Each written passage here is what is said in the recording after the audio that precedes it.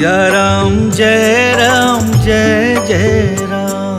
सिया राम जय जय राम। सिया राम जय जय राम। सिया राम जय राम। रघुनंदन जय जय सिया राम। रघुनंदन जय सिया राम। जय जय श्री सीताराम। प्रिय भक्तजनों, बड़े ही हर्ष का विषय है कि आप लोगों के स्नेह, शुभ कामनाओं और साथ के परिणाम स्वरूप आज हम 50वें एपिसोड में प्रवेश कर रहे हैं। बस ऐसे ही आप सबका साथ बना रहे, श्री राम जी की कृपा हम सब पर बनी रहे। प्रियजनों, रविंद्र जैन ग्रुप द्वारा प्रस्तुत की जा रही सुनो श्री राम कहानी के पिछले एपिसोड में आप सबने सुना कि कैसे भगवान जटायु से मिलकर पंचवटी पहुंचते हैं। वहां परम पवित्र गोदावरी नदी के तट पर लक्ष्मण जी पर्णकुटी का निर्माण करते हैं और कैसे भरत जी को याद करते हुए वहां राम जी निवास करते हैं। साथ ही आपने ये भी सुना है कि कैसे लक्ष्मण जी के प्रश्न करने पर भगवान श्री राम ने उन्हें जीव, माया, ज्ञान, वैराग्य आदि के विषय में समझाया। स्नेही भक्तजनों, सुनो श्री राम कहानी के इस एपिसोड में हम आपको सुना रहे हैं कि कैसे भगवान श्री राम ने भक्ति प्रदान करने वाले साधनों का वर्णन किया और कैसे शूर्पणखा का पंचवटी में आगमन हुआ और कैसे भगवान श्री राम के असुर विनाश के प्रण का सूत्रपात हुआ। भगवान श्री राम ने भक्ति का बखान करते हुए लक्ष्मण जी से कहा, लक्ष्मण, भक्ति परम स्वतंत्र है। इसको किसी प्रकार के ज्ञान, विज्ञान अथवा दूसरे साधन की कोई आवश्यकता नहीं है। ज्ञान और विज्ञान तो भक्ति के अधीन है। भक्ति अनुपम एवं सारे सुखों का मूल कारण है और वे तभी मिलती है जब संत अनुकूल होते हैं, प्रसन्न होते हैं। लक्ष्मण, अब मैं भक्ति के साधन विस्तार से कहता हूँ, ध्यान से सुनो। भक्ति वह सुगम मार्ग है जिससे जीव मुझको सहज ही में प्राप्त कर सकता है। सबसे पहले तो ब्राह्मणों के चरणों में अत्यंत प्रीति हो। ब्राह्मण अर्थात मानव समाज का वह वर्ग जो ब्रह्म ज्ञान को पाने में व्यस्त हैं और सारे संसार को अपने ज्ञान से सही दिशा दिखाता है। समाज के ऐसे ब्राह्मण वर्ग और विद्वान वर्ग के चरणों में प्रीति हो और वेद की रीति के अनुसार मानव अपने अपने वर्णाश्रम के कर्म में लगा रहे, अर्थात जो जिसका काम है वो उससे पूरी ईमानदारी से करता रहे तो मेरी भक्ति सहजता से पा सकता है। भक्ति के पालन से विषय भोगों से वैराग्य हो जाएगा। वैराग्य होने पर मन में और बुद्धि में धर्म और ईश्वर के प्रति प्रेम उत्पन्न होगा। इसके बाद श्रवण, कीर्तन आदि 9 प्रकार की भक्तियां और प्रबल होंगी और मन में ईश्वर की लीलाओं के प्रति जीव का प्रेम बढ़ने लगेगा। जिस मानव का संतों के चरण कमलों में अत्यधिक प्रेम हो, मन, वचन और कर्म से भजन का दृढ़ नियम हो और जो ईश्वर को ही गुरु, माता, पिता, भाई, पति और देवता सब कुछ माने और उन्हीं की सेवा में दृढ़ रहे, ऐसे व्यक्ति में मेरी भक्ति बड़ी शीघ्रता से उत्पन्न होती है। मेरा गुण गाते समय जिसका शरीर पुलकित हो जाए, वाणी गदगद हो जाए और नेत्रों में प्रेम के कारण आंसू छलकने लगे और काम, मद और दंभ आदि जिसमें न हो, मैं सदा उसके वश में रहता हूँ। जिनको कर्म, वचन और मन से मात्र मेरा ही भरोसा है, मेरा ही सहारा है और मेरी ही गति है, और जो निष्काम भाव से सदैव मेरा भजन करते हैं, मैं उनके हृदय कमल में सदैव विश्राम किया करता हूँ। श्री राम के इस उपदेश को रविंद्र जैन जी ने संक्षेप में इस प्रकार कहा है। मत अनेक हैं किंतु दे एक ही ज्ञान विवेक, गौ में नाना रंग की रंग दूध का एक, रंग दूध का एक। भगवान श्री राम के मुख से ये भक्ति योग सुनकर लक्ष्मण जी के मन को परम आनंद हुआ और उन्होंने प्रभु श्री राम के चरणों में सिर रखकर उन्हें प्रणाम किया। इस प्रकार वैराग्य, ज्ञान, गुण, नीति की चर्चा करते हुए कुछ दिन बीत गए। भगवान श्री राम सीता जी और लक्ष्मण जी के साथ पंचवटी में निवास करते रहे। वहां की प्राकृतिक छटा का आनंद लेते रहे। बीच बीच में भरत जी को याद करके भावुक भी होते रहे।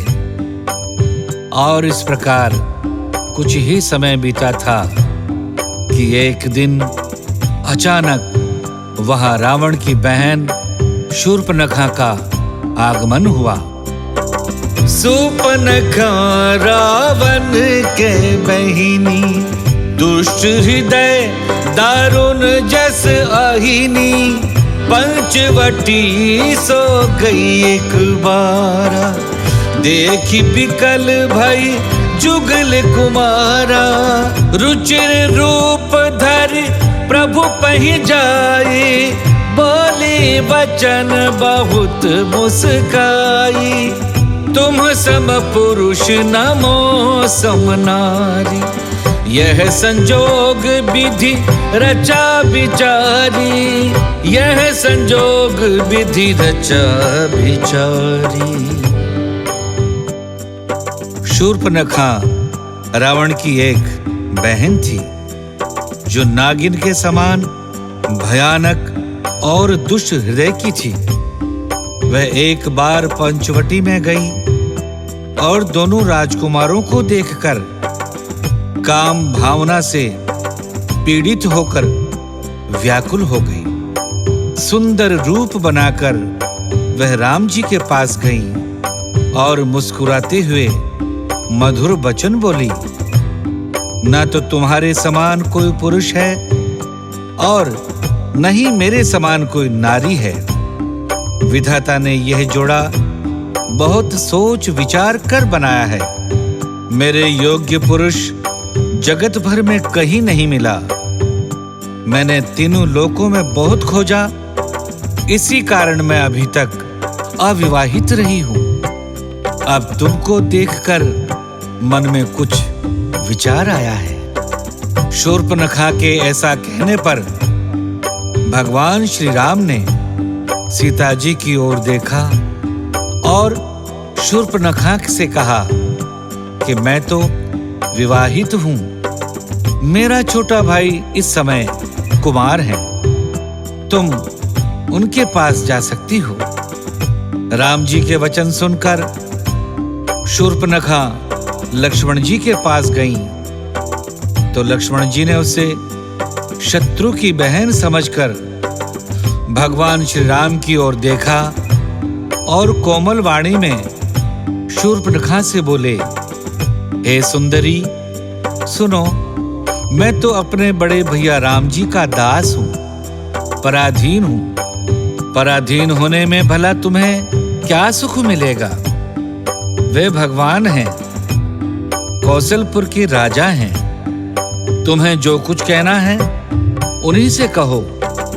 वे सर्व समर्थ हैं, वे कुछ भी कर सकते हैं। सेवक सुख चाहे, भिखारी सम्मान चाहे, व्यसनी अर्थात जिसे जुए शराब आदि का व्यसन हो, वे धन चाहे, व्यभिचारी अच्छी गति चाहे, लोभी व्यक्ति सुयश चाहे और अभिमानी चारों फल अर्थात धर्म, अर्थ, काम और मोक्ष चाहे, तो ये असंभव है। लक्ष्मण जी के ऐसा कहने पर शूर्पणखा पुनः राम जी के पास आई, लेकिन राम जी ने उसे फिर से लक्ष्मण जी के पास भेज दिया। शूर्पणखा जब दोबारा लक्ष्मण जी के पास गई, तो लक्ष्मण जी ने कटु वाणी में कहा, अरे निर्लज्ज स्त्री, जो सारी लाज शर्म छोड़कर जीवन यापन करना चाहेगा वही तुझे वरेगा। लक्ष्मण जी का ऐसा तीखा उत्तर सुनकर शूर्पणखा क्रोधित हो गई। वह पुनः राम जी के पास गई और उसने अपना भयंकर रूप प्रकट किया और सीता जी को खा जाने की दृष्टि से उन्हें देखने लगी। उसके उस भयानक रूप को देखकर सीता जी भयभीत हो गईं। यह दृश्य देखकर और सीता जी को भयभीत देखकर रघुनाथ जी ने लक्ष्मण जी को संकेत किया, लक्ष्मण अति लाघव सो नाक कान बिनु कीन, ताके कर रावण कहा मनो चुनौती दीन, मनो चुनौती दीन। भगवान श्री राम जी का संकेत पाते ही लक्ष्मण जी ने बड़ी ही फुर्ती से एक ही तीखी तलवार से शूर्पणखा के नाक और कान काट डाले और इस प्रकार मानो उसके हाथ रावण को चुनौती दे दी हो कि अब तुम्हारा सर्वनाश करने वाले आ गए हैं। भक्तजनों, सुनो श्री राम कहानी में आज की कथा यहीं तक। हमारे अगले एपिसोड में हम आपको सुनाएंगे कि शूर्पणखा किस प्रकार अपने भाइयों खरदूषण के पास जाती है और किस प्रकार भगवान श्री राम जी अकेले ही खरदूषण की सारी सेना और स्वयं खरदूषण का संहार करते हैं। इन सारी अद्भुत कथाओं को सुनते रहने के लिए हमारे चैनल को सब्सक्राइब करें, हमारे साथ बने रहें और कमेंट करके हमें अपने सुझाव भी अवगत कराते रहें। पुनः बहुत बहुत धन्यवाद। जय जय श्री सीताराम। सिया राम जय राम जय जय राम। सिया राम जय राम जय जय राम। सिया राम जय राम जय जय राम। सिया राम जय राम जय जय राम। रघुनंदन जय जय सिया राम। रघुनंदन जय जय सिया राम। रघुपति राघव राजा राम। रघुपति राघव राजा राम। पतित पावन सीताराम।